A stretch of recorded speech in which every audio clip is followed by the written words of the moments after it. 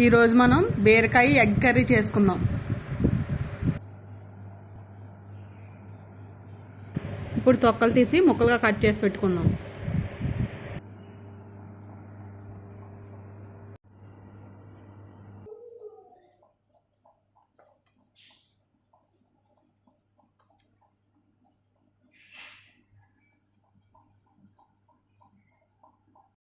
ముందుగా మూకుడు పెట్టుకుని 3 స్పూన్ల ఆయిల్ వేసుకుందాం.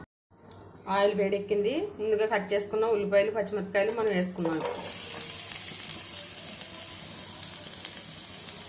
కొంచెం గోల్డ్ కలర్ వచ్చేంత వరకు వేయించుకుందాం. పసుపు వేసుకుందాం.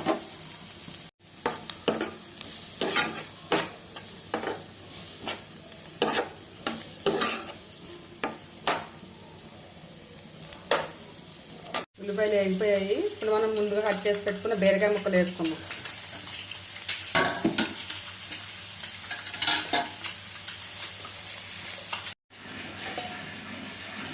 బీరకాయ ముక్కలు మగ్గిపోయాయి. ఇప్పుడు మనం టమాటా ముక్కలు వేసుకుందాం. ముందుగా కట్ చేసి పెట్టుకుని టమాటా ముక్కలు మళ్ళీ మూత పెట్టుకుని ఉడికించుకుందాం కలుపుకొని.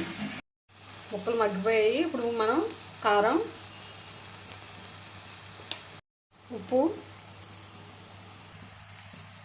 బాగా కలుపుకొని మనం మూత పెట్టుకుని ఉడికించుకుందాం. ఎగ్స్ ఉడికించి పెట్టుకున్నాం కదా, హోల్స్ పెట్టుకోవాలి. మూకుడు పెట్టుకుని 2 స్పూన్లు ఆయిల్ వేసుకుందాం. ఇప్పుడు కొంచెం పసుపు వేసుకోవాలి. ఇప్పుడు ఎగ్స్ వేసుకుందాం. ఎగ్స్ ఎగిపోయాయి. ఇప్పుడు మనం తీసి పక్కన పెట్టుకుందాం.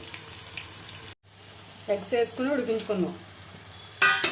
బీరకాయ కర్రీలో వాటర్ పోయిన అవసరం లేదు. ఆ బీరకాయలోనే వాటర్ వచ్చేస్తాయి. మీకు కావాలంటే వాటర్ యాడ్ చేసుకోండి కొంచెం.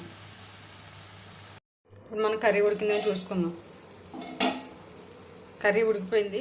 బీరకాయ ఎగ్ కర్రీ రెడీ అయిపోయింది. కొత్తిమీర వేసుకుని మనం స్టవ్ ఆపేసుకుందాం. ఈజీగా చాలా టేస్టీగా చేసుకోవచ్చు బీరకాయ ఎగ్ కర్రీ.